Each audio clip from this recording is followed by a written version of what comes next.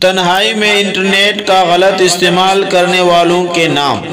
رونگٹے کھڑے کر دینے والے حدیث۔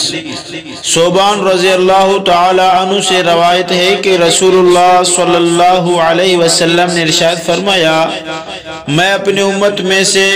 یقینی طور پر ایسے لوگوں کو جانتا ہوں جو قیامت والے دن اس حال میں آئیں گے کہ ان کے ساتھ تھاما پہاڑ برابر نیکیاں ہوں گے، تو اللہ عز و جل ان نیکیوں کو ہوا میں منتشر ہو جانے والے غبار بنا کر غارت کر دے گا۔ تو ثوبان رضی اللہ تعالی عنہ نے عرض کیا، اے اللہ کے رسول، ہمیں ان لوگوں کی نشانیاں بتائیں، ہمارے لیے ان لوگوں کا حال بیان فرمائیں تاکہ ایسا نہ ہو کہ ہم انہیں جان نہ سکیں اور ان کے ساتھ ہو جائیں۔ تو رسول اللہ صلی اللہ علیہ وسلم نے ارشاد فرمایا، وہ لوگ تم لوگوں کے دینی بھائی ہوں گے اور تم لوگوں کے جلد ظاہری پہچان اسلام میں سے ہوں گے، اور رات کی عبادت میں سے اسی طرح حصہ لیں گے جس طرح تم لوگ لیتے ہو، یعنی تم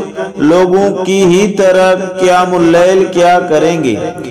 لیکن ان کا معاملہ یہ ہوگا جب وہ لوگ اللہ جل جلالہ کے حرام کردہ چیزوں اور کاموں کو تنہائی میں پائیں گے تو انہیں استعمال کریں گے۔